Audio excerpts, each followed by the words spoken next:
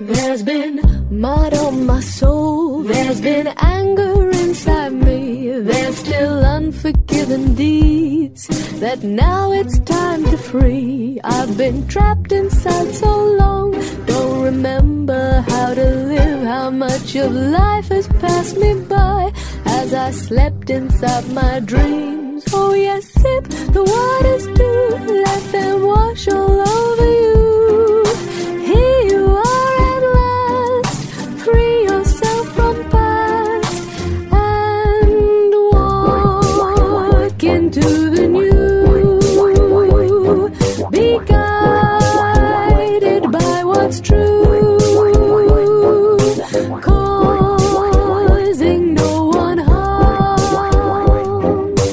least of all. Om Namah Shivaya Gurave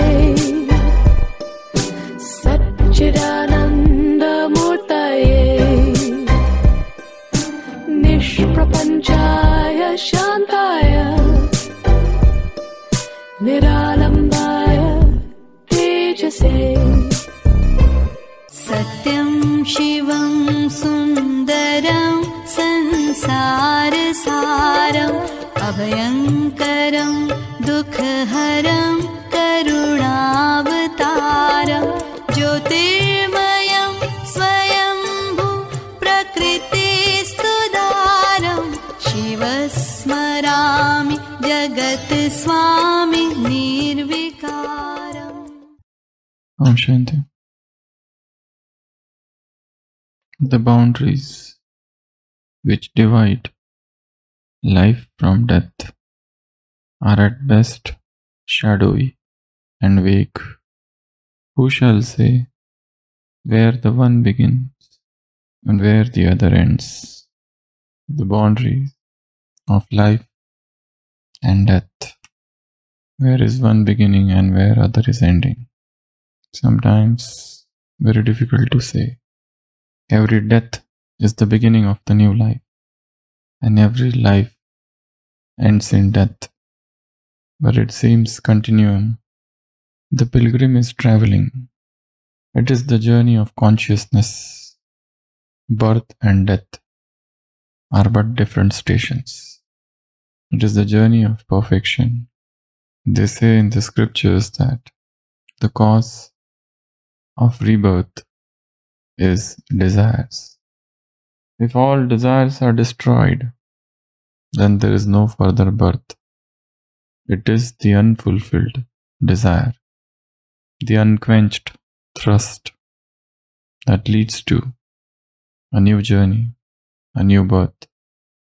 And every birth is an attempt to fulfill those unsatisfied desires. So the goal of a yogi is to get rid of all those unwanted desires. Every desire leads to agitation. Every desire leads to disturbance. Every desire causes upheaval in the calm and the limpid lake of mind. Desires are ripples. A pebble is thrown and ripples are created. It depends upon the intensity and velocity with which the stone is thrown. So yogi's mind is free from all the unnecessary clutter. Spiritual life is the life of decluttering. Spiritual life is the life of house cleaning. There is a party. First guest, second guest, third guest, fourth guest, fifth guest. Guests are coming. The house was so clean, but the entry of the first guest, and he sits on the sofa and he moves the table. The second guest, he takes up one bottle and keeps it at other place. The third guest, he throws open the window. The fourth guest, he walks with dirty feet inside the house. Then the other guest, he ons the music. Then another guest, he says, let's dance. And they start dancing. The host is there up still sleeping. It is going to be a party. And then the host comes and he finds so many guests and he joins them.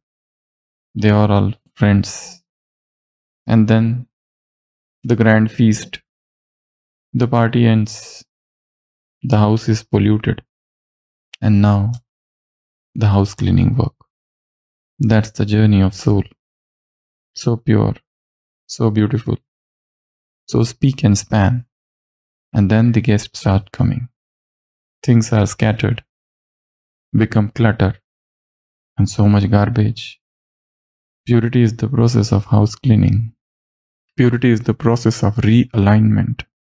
Purity is the process of getting rid of garbage and dust. Purity is the process of getting rid of the past. Purity is the process of dying alive. And when you die, the world becomes dead for you. Aap mare aur muhe mar gayi. We listen to this phrase time and again in Murli.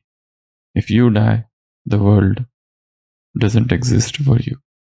At present, there is fear, the hidden fear, what the world would say, what this person or that person would say. That fear is there because spiritual death has not taken place. Spiritual life is a new life, to which the old has gone. The old is dead. The past doesn't exist anymore. And you turn a new leaf of life, where everything begins new. Spiritual life is the morning. The night has gone. The dark, dark night. The gloomy, gloomy night.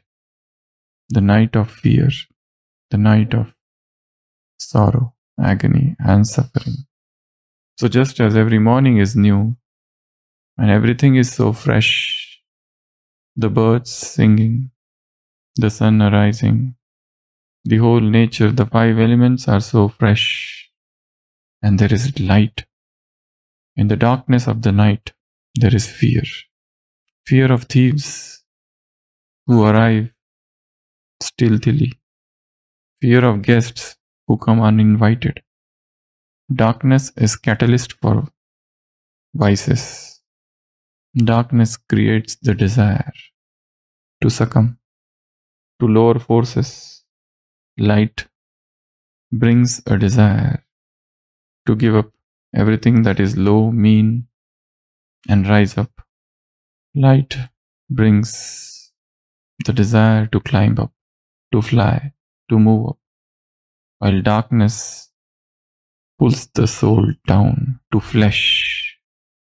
Soul touches the flesh and falls down. Soul is detached from flesh and it moves up.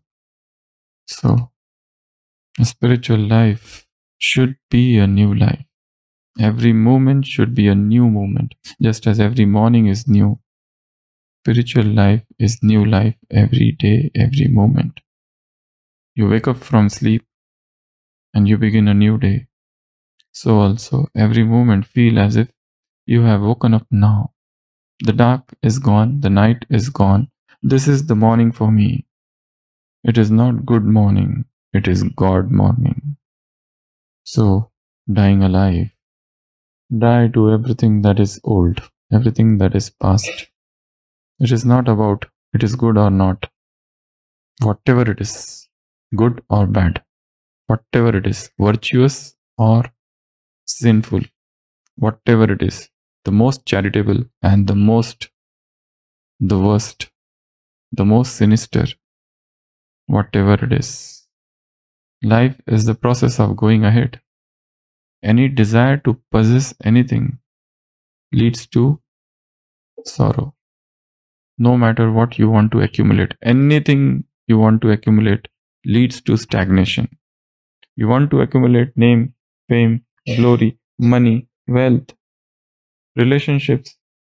Forget these things. Even the desire to accumulate charitable deeds, even to desire to accumulate good habits or punya, anything, all desires and all accumulations, they lead to stagnation.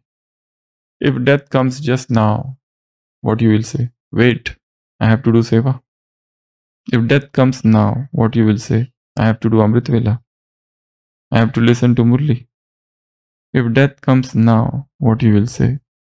Only the one who has no work to be done is ready. If you have many works to be done, you are not ready. A man gets so tired of life and he says, "Oh death, where are you? Come and take me." And suddenly he finds a hand. He said, "What is this?" Death says, "I am. You just remembered me." The man says, "What days have come? A poor man doesn't have a right even to crack jokes." All accumulation is death. All possession is death. All desires lead to stagnation. All desires are the stunting of consciousness. So stay ready wherever you are, with whatever you have. The desire to progress, the desire to go ahead, that's a good desire. But at the same time, God has taught us to remain ever ready. We see that Brahmins, when they fall sick, they become very unhappy because they say that now we cannot do seva anymore.